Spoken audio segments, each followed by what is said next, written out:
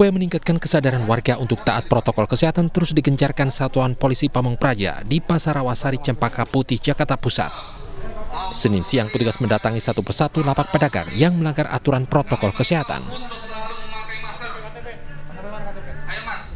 Pelajar yang baru saja pulang sekolah tanpa mengenakan masker juga ditindak petugas. Mereka yang kedapatan tak mengenakan masker saat berdagang dikenakan sanksi sosial. Tadi posisinya lagi ngerokok, Pak. Oh, lagi ngerokok? Iya. Pulang sekolah atau gimana? Kenapa? Pulang sekolah atau gimana? Pulang sekolah. Operasi tertib masker kembali gencar dilakukan mengingat tingginya angka penyebaran COVID-19, terlebih setelah adanya suspek varian baru Omikron. 37 pelanggar protokol kesehatan dikenakan sanksi sosial menyapu jalan. Hasil 37 kita kenakan sanksi sosial. Kenapa ini diperketat lagi? Karena tingkat COVID Omikron di Jakarta meningkat, jadi kita lakukan kegiatan untuk mengimbauan pedagang dan pembeli. Petugas mengimbau agar warga tetap taat protokol kesehatan untuk mengurangi potensi penularan COVID-19.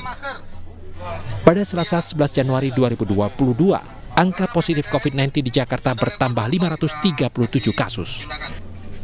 Dari Jakarta, Sofyan Firdaus, iNews melaporkan. Kasus positif COVID-19 di Krukut Taman Sari, Jakarta bertambah menjadi 40 orang. Hasil itu didapat usai tes PCR massal.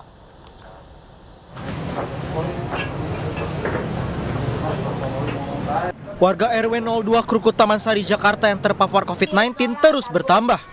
Sebanyak 4 warga kembali dinyatakan positif. 4 warga yang dinyatakan positif berdasarkan hasil PCR kini tengah menjalani isolasi mandiri sembari menunggu giliran untuk dibawa ke Wisma Atlet. Mereka rata-rata tidak bergejala, adapun bergejalanya ringan, dan perlu diketahui bahwa sebagian besar di antara mereka adalah sudah tervaksin lengkap ya. Kini total jumlah warga Krukut yang positif menjadi 40 orang. 36 orang telah dirawat di Wisma Atlet Jakarta. Setiap harinya petugas menargetkan tracing untuk 300 warga. Dari Jakarta, Miftahul Gani, iNews melaporkan. Presiden Joko Widodo mengatakan vaksin COVID-19 dosis ketiga atau booster gratis. Vaksinasi booster akan dimulai Rabu besok dengan prioritas awal lansia dan kelompok rentan. Assalamualaikum warahmatullahi wabarakatuh. Bapak, Ibu, dan saudara-saudara yang saya hormati. Mulai tanggal 12 Januari 2022, pemerintah akan melaksanakan vaksinasi ketiga dengan prioritas bagi lansia dan kelompok rentan. Upaya ini penting dilakukan untuk meningkatkan kekebalan tubuh masyarakat, mengingat virus COVID-19 yang terus bermutasi. Untuk itu, saya telah memutuskan pemberian vaksin ketiga ini gratis bagi seluruh masyarakat Indonesia. Karena, sekali lagi, saya tegaskan bahwa keselamatan rakyat adalah yang utama. Adapun syarat dan ketentuan yang dibutuhkan untuk menerima vaksinasi ketiga ini adalah calon penerima sudah menerima vaksin COVID-19 dosis kedua lebih dari 6 bulan sebelumnya.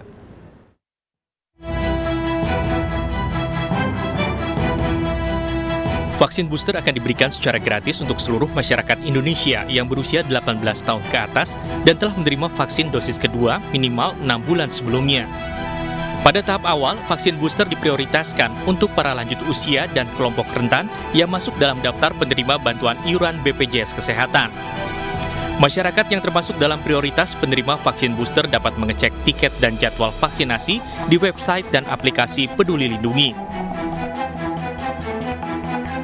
Buka aplikasi Peduli Lindungi. Masuk dengan akun yang terdaftar. Klik menu profil dan pilih status vaksinasi dan hasil tes COVID-19. Status dan jadwal vaksinasi booster akan muncul di akun. Untuk cek tiket vaksin, masuk ke menu riwayat dan tiket vaksin. Jika belum mendapatkan tiket dan jadwal vaksinasi di aplikasi Peduli Lindungi, Anda bisa datang langsung ke fasilitas kesehatan atau tempat vaksinasi terdekat dengan membawa KTP dan surat bukti vaksinasi dosis 1 dan 2. Pemirsa, vaksinasi booster akan diberikan dengan mempertimbangkan ketersediaan vaksin yang ada di tahun ini. Bisa jadi Anda yang mendapat vaksin Sinovac pada dosis pertama dan kedua akan mendapatkan vaksin Pfizer atau AstraZeneca pada dosis ketiganya.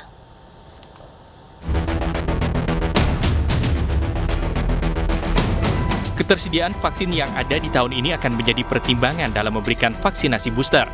Apakah homolog, yaitu vaksin pertama, kedua, ketiga sama, atau heterolog, yaitu vaksin pertama, kedua sama, dan ketiga berbeda. Masyarakat tidak perlu ragu jika nantinya penerima vaksinasi booster dengan jenis vaksin berbeda dengan dosis pertama dan kedua. Para peneliti Kemenkes, Badan POM, dan ITAGI sudah mempersiapkan 2 kombinasi vaksin booster. Bila vaksin pertama dan kedua adalah Sinovac, akan diberikan vaksin booster setengah dosis Pfizer atau AstraZeneca. Bila vaksin pertama dan kedua AstraZeneca, akan diberikan vaksin booster setengah dosis Moderna.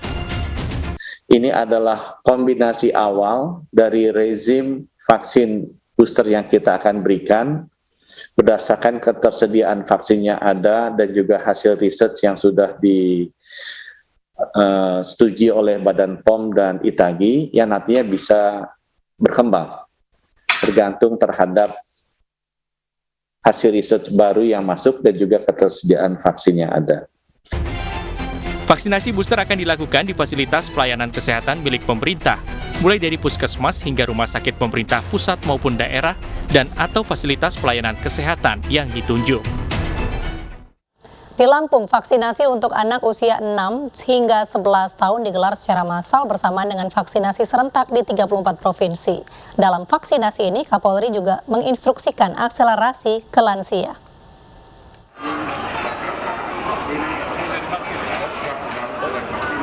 Di Provinsi Lampung, vaksinasi massal untuk anak usia 6 hingga 11 tahun digelar di Gedung Graha Wangsa. Di saat bersamaan, vaksinasi juga diselenggarakan di 33 provinsi lainnya. Dalam tinjauannya, Kapolri Jenderal Listio Sigit Prabowo meminta seluruh jajaran mengejar target vaksinasi, khususnya di wilayah yang masih di bawah 70%. Sementara bagi daerah yang sudah mencapai 70% vaksinasi bagi anak, Kapolri meminta untuk akselerasi vaksinasi bagi lansia. Agar kita terus bisa mengejar pencapaian vaksinasi. Kita dorong untuk bagaimana kembali kita ingatkan masyarakat untuk betul-betul melaksanakan protokol kesehatan dengan baik. Percepatan vaksinasi terhadap lansia dan anak menjadi penting karena kebijakan pembelajaran tatap muka di sekolah, sehingga meminimalkan resiko penyebaran virus corona. Selain itu, percepatan vaksinasi juga merupakan kunci untuk mengantisipasi dan meminimalisir resiko dari varian COVID-19 Omikron. Dari Lampung, Andres Afandi, iNews melaporkan. Viral video 2 polisi lalu lintas diteriaki ratusan pelajar SMKN 2 Raha, Sulawesi Tenggara. Kedua polantas masuk ke sekolah untuk mengangkat sepeda motor pelajar yang melanggar lalu lintas.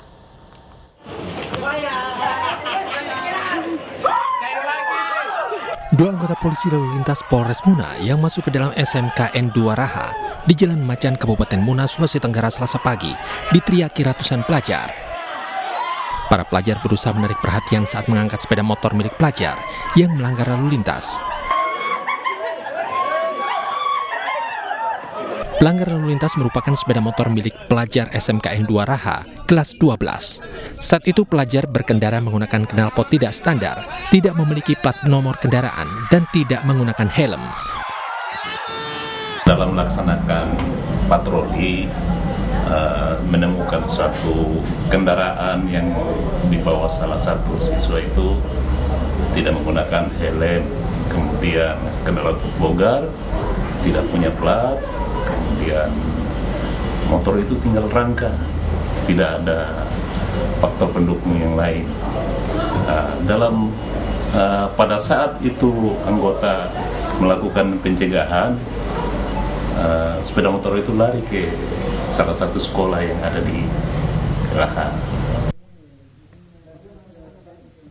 Sebelum kedua anggota Polantas masuk ke dalam sekolah untuk mengambil sepeda motor, keduanya sudah melapor ke pihak sekolah. Saya dampingi mereka. Jadi kalau misalnya ada pernyataan masyarakat menyatakan bahwa mereka masuk tidak izin, saya selaku pelaksana kepala sekolah hari ini menyatakan bahwa salah satu di antara mereka minta izin. Mana tadi minta izin? Ya, ini ya. Jadi ada yang minta izin, jadi dua masuk bersamaan, satu motornya masuk ke dalam, satu singgah di kantor minta izin sama saya. Jadi saya selaku pelaksana kepala sekolah tidak tahu apa masalahnya. Jadi mau tidak mau kita temukan dulu anak itu supaya kita tahu persoalannya. Jadi setelah kita temukan ternyata anak di dalam, nah kita lakukan mediasi dan saya kira masalah.